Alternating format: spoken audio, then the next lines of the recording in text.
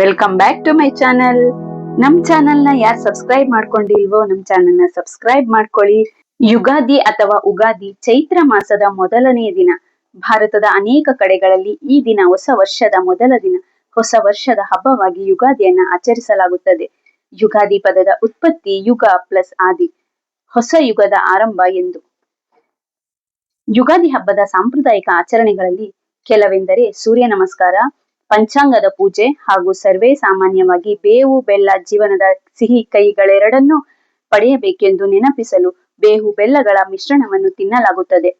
ಯುಗಾದಿ ಎಂದರೆ ಹೊಸ ವರ್ಷದ ಆರಂಭದ ದಿನವಾದರೂ ಭಾರತದಲ್ಲಿ ಈ ದಿನವನ್ನು ನಿರ್ಧರಿಸುವ ರೀತಿ ಹಲವಾರಿದೆ. ಮುಖ್ಯವಾಗಿ ಚಾಂದ್ರಮಾನ ಹಾಗೂ ಸೌರಮಾನ ಎಂಬ ಎರಡು ಪ್ರಭೇದಗಳಿದ್ದು ಹಿಂದೂ ಧರ್ಮದ ವೇದಾಂಗ ಜ್ಯೋತಿಷ್ಯ ಶಾಸ್ತ್ರದಿಂದ ನಿರ್ಣಯಗೊಳ್ಳುತ್ತದೆ.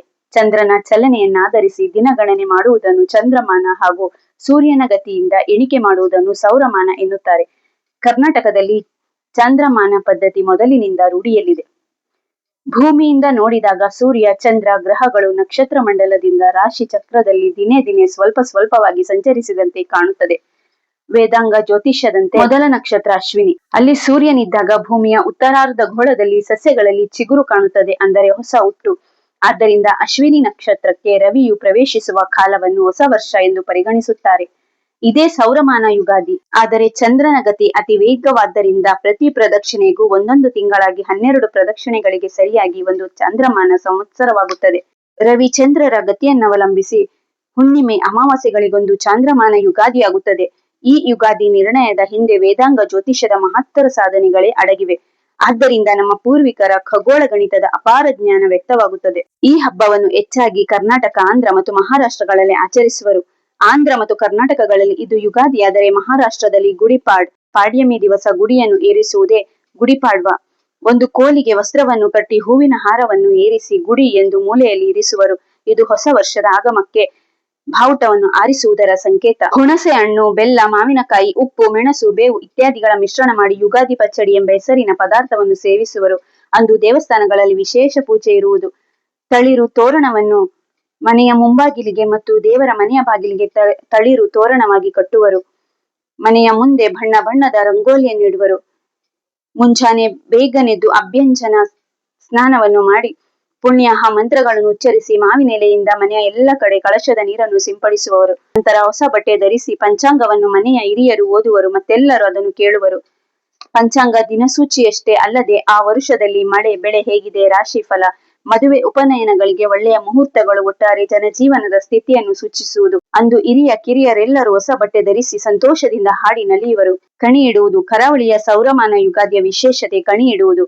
ಬಾಳೆ ಎಲೆ ತಟ್ಟೆಯಲ್ಲಿ ಅಕ್ಕಿ ಹಾಕಿ ಅದರ ಮೇಲೆ ತೆಂಗಿನಕಾಯಿ, ಸೌತೆಕಾಯಿ, ರವಿಕೆ ಕಣ, ಹೊಸ ಬಟ್ಟೆ, ಚಿನ್ನ, ಭತ್ತದ ತೆನೆ, ಹಣ್ಣು, ದೇವರ ಪ್ರತಿಮೆ, ಅದರ ಮುಂದೆ ಒಂದು ಕನ್ನಡಿ ಇಟ್ಟು ಆ ಕನ್ನಡಿಯಲ್ಲಿ ದೇವರ ಪ್ರತಿಮೆ ಹಾಗೂ ತಟ್ಟೆಯಲ್ಲಿಟ್ಟಂತಹ ವಸ್ತುಗಳನ್ನು ಕಾಣುವ ಹಾಗೆ ಇಡುತ್ತಾರೆ.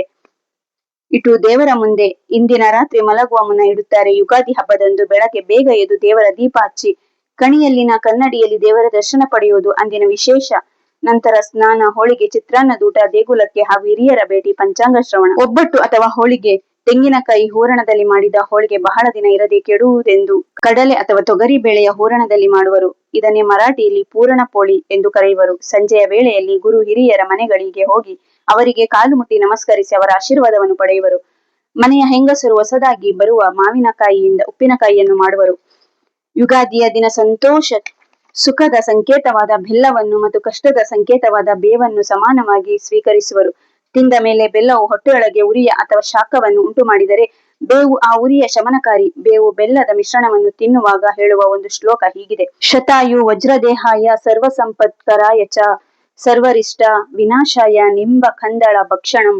ಅದರರ್ಥ ಹೀಗಿದೆ: 100 ವರ್ಷಗಳ ಆಯುಷ್ಯ, ಸದೃಢ ಆರೋಗ್ಯ, ಸಕಲ ಸಂಪತ್ತುಗಳ ಪ್ರಾಪ್ತಿಗಾಗಿಯೂ ಸಕಲ ಅರಿಷ್ಟ ನಿವಾರಣೆಗಾಗಿಯೂ ಬೇವು ಬೆಲ್ಲ ಸೇವನೆ ಮಾಡುತ್ತೇನೆ. 100 ವರ್ಷ ದೀರ್ಘ ಆಯುಷ್ಯು, ಸದೃಢ ದೇಹ, ಮನಸ್ಸಿನ ಆರೋಗ್ಯ, ಸ್ವಾಸ್ಥ್ಯ, ಸಂಪತ್ತಿನ ಪ್ರಾಪ್ತಿಗಾಗಿಯೂ ಸಕಲ ಅರಿಷ್ಟ ನಿವಾರಣೆಗಾಗಿಯೂ ಪ್ರತಿದಿನ ಬೇವು ಬೆಲ್ಲ ಸೇವನೆ ಮಾಡಿ. ಸೌಂದರ್ಯ ವರ್ಧಕವೂ ಹೌದು, ಚರ್ಮ ವ್ಯಾಧಿ ನಿವಾರಕವೂ ಹೌದು, ರೋಗ ನಿರೋಧಕ ಶಕ್ತಿ ಪ್ರತೀಕವು, ಪ್ರಬಲ ಬ್ಯಾಕ್ಟೀರಿಯಾ ಪ್ರತಿಜೀವಕವು, ಔಷಧೀಯ ಗುಣವುಳ್ಳ ಈ ಕಹಿ ಬೇವು ನೈಸರ್ಗಿಕ ಮಧುಮೇಹ ನಿಯಂತ್ರಕ, ವಿಷದಂತ, ಬಿಳಿ ಸಕ್ಕರೆ ಪರ್ಯಾಯಕ, ಖನಿಜ ಪೋಷಕಾಂಶಗಳ ಆಗರವಂತೆ, ಶ್ವಾಸಕೋಶ ಕರುಳ ಸ್ವಚ್ಛತೆ ಕಾರ್ಯವಂತೆ, ಬೆಲ್ಲ ಸೇವನೆಯಿಂದ ಇವೆಲ್ಲವೂ ಲಭ್ಯವಂತೆ.